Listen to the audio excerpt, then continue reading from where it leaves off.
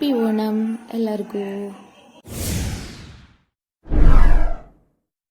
ಹೊಸ ದಿನ ಹೊಸ ವೆಲ್ಕಮ್ ಟು ಮೈ ಮನೇಲ.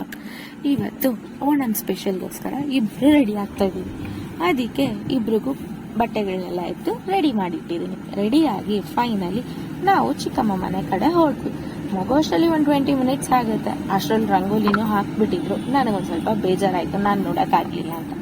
ಆಮೇಲೆ ಹೋಗಿದ ತಕ್ಷಣ ಇದು ಒಂದು ಫ್ರೇಮ್ ಹಾಕಿದ್ದಾರೆ, ಅದು ನನ್ನ ಹಸ್ಬೆಂಡಿಗೆ ತುಂಬ ಇಷ್ಟ. ಆಮೇಲೆ ಫೋಟೋ ಶೂಟ್ ಮಾಡ್ಕೊಂಡು ಕುತ್ಕೊಂಡ್ವಿ. ಆಮೇಲೆ ನನ್ನ ಹಸ್ಬೆಂಡಿಗೆ ಎಲ್ಲರಿಗೂ ಊಟ ಬಡಿಸ್ತೀನಿ ಅಂತ ಹೇಳಿದ್ರು.